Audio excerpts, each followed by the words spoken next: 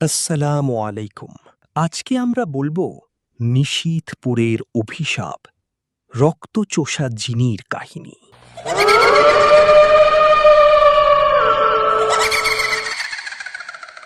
বাংলার মানচিত্রে নিশীথপুর গ্রামটির নাম হয়তো খুঁজলে পাওয়া যাবে না, কিন্তু যারা এই অঞ্চলের আশেপাশে থাকে তারা জানে সূর্য ডোবার পর ওই গ্রামে পা রাখা মানেই যমরাজকে নিমন্ত্রণ জানানো।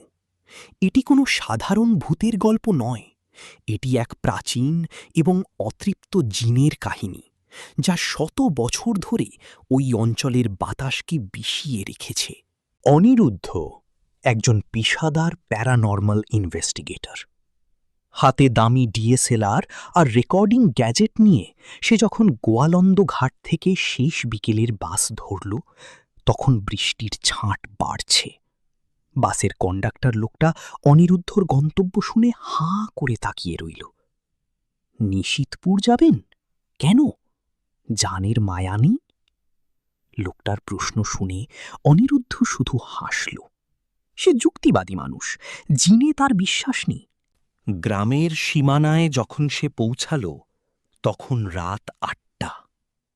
চারিদিকে ঘুটঘুটে অন্ধকার। রাস্তার দুই পাশে উঁচু উঁচু শিমুল গাছ। বাতাসের শোঁ শোঁ শব্দে মনে হচ্ছে কেউ যেন কানে কানে ফিস ফিস করে বলছে, ফিরে যা, ফিরে যা। গ্রামের একেবারে মাঝখানে একটা বিশাল বটগাছ। স্থানীয়দের ভাষায় এর নাম কালীতলার বট। কিন্তু অদ্ভুত ব্যাপার হলো, এখানে কোনো দেবীর মূর্তি নেই, আছে শুধু অজস্র লাল কাপড়ের টুকরো ঝোলানো। গ্রামের প্রবীণ ব্যক্তি মোবারক চাচা অনিরুদ্ধকে সাবধান করলেন, বাবা, এই বটগাছের তলা দিয়ে রাতে একা যেও না, এটা হলো আসর করার জায়গা। এই গাছেই বাসা বেঁধেছে সেই অভিশপ্ত জিন, যাকে লোকে রক্তচক্ষু মারমুষ বলে। অনিরুদ্ধ শুনল না। সে ওই বটগাছের নিচেই ক্যামেরা সেট করল। হঠাৎ তার নাকে এলো পচা মাংস পোড়া গন্ধ। বাতাসের তাপমাত্রা যেন কয়েক সেকেন্ডের মধ্যে হিমাঙ্কের নিচে নেমে গেল। ক্যামেরার ডিসপ্লেতে সে দেখল বটগাছের ডাল থেকে একটা বিশাল ছায়া নিচে নেমে আসছে, কিন্তু খালি চোখে সেখানে কিছুই নেই। গ্রামের উত্তর প্রান্তে অবস্থিত বিশাল এক ভগ্ন স্তূপ, রায়বাড়ি। একসময়কার প্রতাপশালী জমিদারদের এই বাড়িটি এখন জিনের অভয়ারণ্য। শোনা যায় ১০০ বছর আগে এই বাড়ির ছোট কর্তা এক জিনকে বশ করার চেষ্টা করেছিলেন, যা উল্টে তার পুরো বংশকে ধ্বংস করে দিয়েছিল। অনিরুদ্ধ সেই বাড়ির সদর দরজা দিয়ে ভেতরে ঢুকল। দেয়ালের নোনা ধরা প্লাস্টার খসে পড়ছে। হঠাৎ তার কানে এলো নূপুরের আওয়াজ। না, এটা কোনো নারীর পায়ের শব্দ নয়। শব্দটা ভারী, যেন কোনো দানব লোহার শিকল টেনে হিঁচড়ে নিয়ে যাচ্ছে।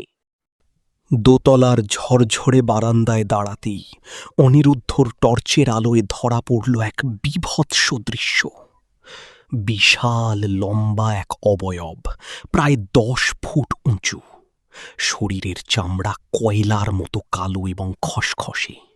পা দুটো উল্টো দিকে ঘোরানো, আর তার চোখ আগুনের গোলার মতো দাউ দাউ করে জ্বলছে।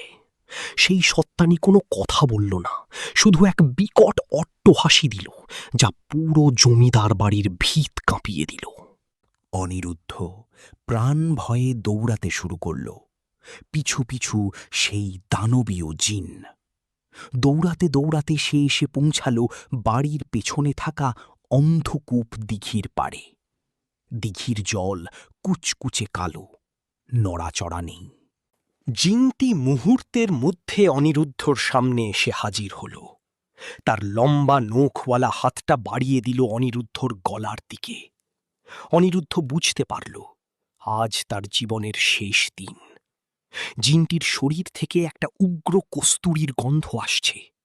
সে যখনই থাবা বসাতে যাবে, তখনই অনিরুদ্ধর পকেটে থাকা তার বৃদ্ধ ঠাকুরদার দেওয়া একটা প্রাচীন তামার কবচ, যা সে এতদিন অবহেলা করত, হঠাৎ উজ্জ্বল হয়ে উঠল।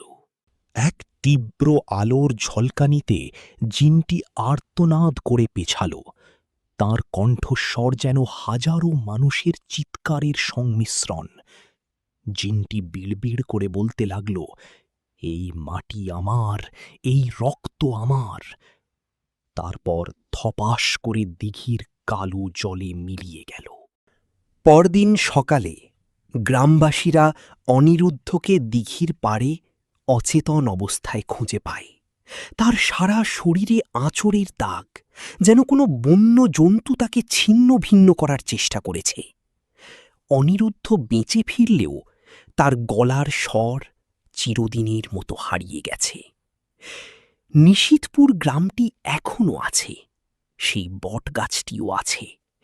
এখনো অমাবস্যার রাতে গ্রামের মানুষ বাড়ির জানালা বন্ধ করে দেয়, কারণ তারা জানে দিঘির কালো জল থেকে সেই রক্তচক্ষু জিনটি আবার উঠে আসবে, নতুন কোনো শিকারের সন্ধানে। আজকে এই পর্যন্তই। ইনশাআল্লাহ আগামীকাল আবার দেখা হবে, নতুন গল্প, নতুন ঘটনা আর আরও রহস্যময় কাহিনী নিয়ে। ততক্ষণ পর্যন্ত ভালো থাকুন। আল্লাহ হাফেজ।